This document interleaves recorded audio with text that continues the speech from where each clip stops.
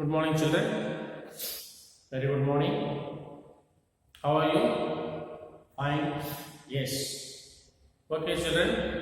Come back to the class. Last class we have discussed about the industries. Right? We'll continue the same topic. What is industry? The importance of industry. How these industries can be classified. And to start an industry, what are all the factors we need? So we have discussed last class, what are all the factors we need? Land, capital, raw materials, water supply, electricity, transportation, manpower, administrative center, etc. All these factors are interlinked. All these factors are interlinked, yes. Depend upon each other. Even some factors available, some factors may not available. It is very difficult to start. That's why one has to identify, survey, mapping. Mapping, survey and identify. You have to identify it. And you have to survey where all, what all available in source place. That is what is resource planning says. Resource planning means judicious use of resources in a strategy of using the resources in judicious manner. There should be a certain strategy of usage of resources judiciously for the benefit of the future generations. That is what is called as a resource planning. So here also you have to identify resources, all these factors, were all available. What all available in a particular place. Okay, this is all we have discussed. Factors for location of industry. Clear? Now coming to the, already we have discussed about all the industries which are established based on the products. Yeah, they are given classification of industries. Agro-based industries, mineral-based industries, marine-based industries, and forest-based industries.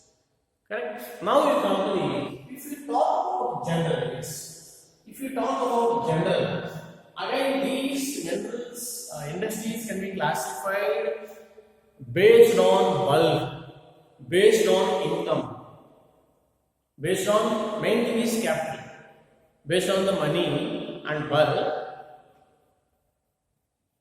And size. These are three factors. One is capital, second one is bulk, quantity, third one is size. Based on these three factors, generally the industries can be classified into two types. What are those? Here.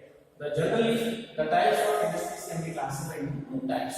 Number one is here. Large scale industries. Number one is large scale industries. Number two is the small scale industries. Large scale industries.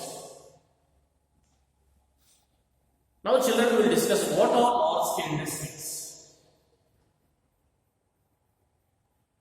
Large scale industries means the industries one who can establish, one who can spend more money.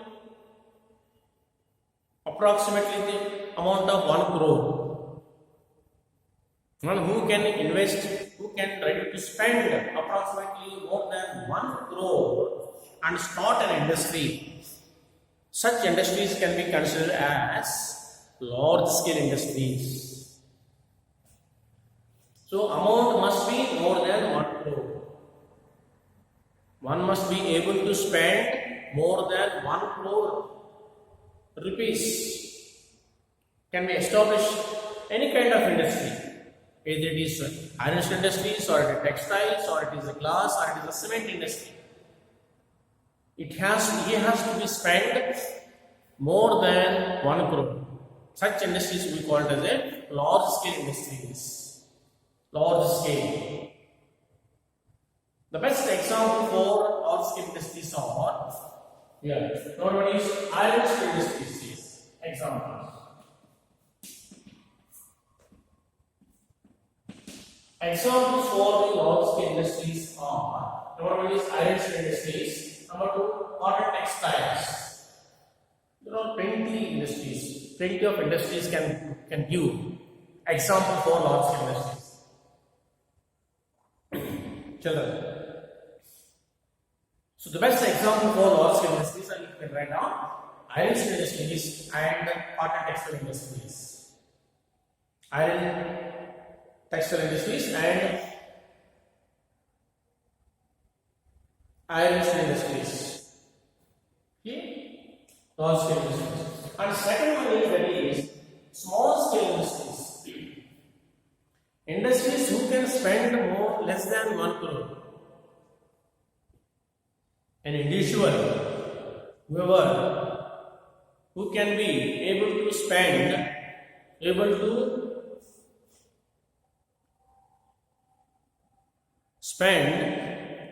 less than 1 crore rupees and can start an industry. Such industries we call as a small scale industries. Okay. So generally there are two types of industries. One is large scale industries, second is small scale industries. Example for the large scale industries are here. Already we discussed iron steel industry and cotton textile industries. When you come to here, small scale industries is the cottage industries, sugar industries, Max Box, all those flour mills. These all can be considered as a small scale industries. Now coming to the differences between large scale and small scale. Large scale, yes, more money, more income, more profit, more raw materials, more labor, more machines, more production, more services, and more gain. In the case of here, small, less amount, less labor, less electricity, less products, less services, and finally profit also less. A simple logic, children. The moment you spend more spend more money, and you will get more happiness. You spend less amount, you will get less happiness. This is how. More or less. More, less. Huge, small. Big, small. Large scale, small scale. Large scale, lot of amount, more profit. Small scale, less amount, less benefit. Clear? So here, based on the bulk, based on the amount and the size, the industries can be classified into two types: large scale industries and small scale industries. Already we have discussed large scale industry examples are given. Here, iron steel industries and small scale industries or cotton industries. Other than this, there are industries, yes. For example, if you take a private industries are not secure for the people who are working in this factories.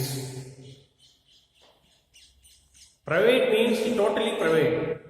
An individual, a single individual, or one or more, or totally he will break the rules and regulations. He'll break the working hours. He'll pay the salaries. Will not give proper leaves, and there will be no security. All problems. But most of the people, if you see nowadays, maximum they are working in private factories. Right? There will be no security. Yes. That's why always one qualified person always prefers to work in the public sector. Always you try to settle in public sector. Public sector means there will be job security. All payment will be regular and security will be there, working hours are fixed, and government leaves will be given, proper leaves will be allotted by the government, vacation period will get.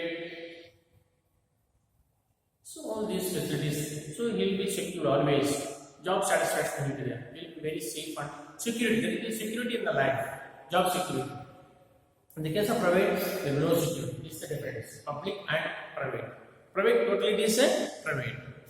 Individual or group of people or the authorities, whereas public means the government, totally is the government. To talk about either the state government or central government.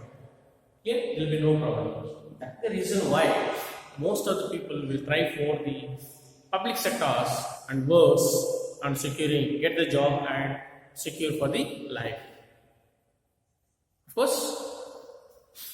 Of course, nowadays most of the people are running towards the software because of more money. There's also no guarantee. For example, children due to COVID-19, how many software people have thrown out of the companies, right? Because it's a private company. Anytime they will ask you to go. They cannot give guarantee. In the case of public sector, not like that. Once appointment has taken place, unless and until it is a major problem, you cannot be thrown out. Because that is government. Everything can be given explanation, reasons, but in the case of private, it's not like that. If you are unskilled, at any time you will be thrown out of the service. So that is the difference between private sector and public sector. Even if you see there are people who are working in organized and unorganized. Organized and unorganized. Organized means comes under public sectors. Public means all the government employees. All the government employees comes under organizing sector. Because rules and regulations, payment will be proper, all leaves will get, working hours are fixed, pension will get, all leaves will get, festival leaves will get, security will be there, no tension. In the case of unorganized, the people who are working in private, there will be no job security, working hours beyond, they will not get regular payment, they will not get leaves, though no security, at any time they can throw them out. This is the difference. Organized and unorganized. Organized means the government. All the example, for example, teacher, all the government employees comes under organized sector. All the private workers, laborers who are working in private institutions, private operations, all comes under unorganized sector or not security. There will be no job security who are working in unorganized sector. That's why always they will have tension in the life. Working hours, payment, leaves, no job security, finally problems. So simple. This is the reason, children. Organized and unorganized. So organized sector means all the government employees comes under organizing sector. All private workers, private people who are working in private sectors comes under unorganized sector. Unorganized sector always is not security for the employees. Clear? That is. Now this is the thing we have discussed the topic. The topic is industries. Children, so now this class what we have learned is what is industry? Right? Classification of industries. How these industries can be classified? What are those industries? Then, with all the factors needed to establish an industry, and based on the bulk, heavy, and capital, the industries can be classified into how many types? What are those? If you ask that way, based on the bulk industries, bulk and capital, industries can be classified into large scale industries and small scale industries. And I have given examples also. Large scale industries and small scale industries, I have given examples. Large scale industries, everything is heavy. Large capital, large raw materials, large income, large profit, large production, and benefit also more. Here, in the case of small scale industries, everything opposite. Less income, less labor, less production, less services, less profit. Yes. So this is the so children be alert. Go to the videos. We are uploading fresh videos. So this is recommended by our vice principal, so that we also will feel the fresh video, something is new or something added. So definitely it will help you to enrich your knowledge. Enrich your knowledge and update your knowledge. So it will help you for to upcoming examinations to score good marks. I request all of you, all the cadets, please don't send your answer script through WhatsApp, because our mobiles are not working. Please send after the examination is over, your paper should be sent to our email. We are giving the bottom of the question paper our email address.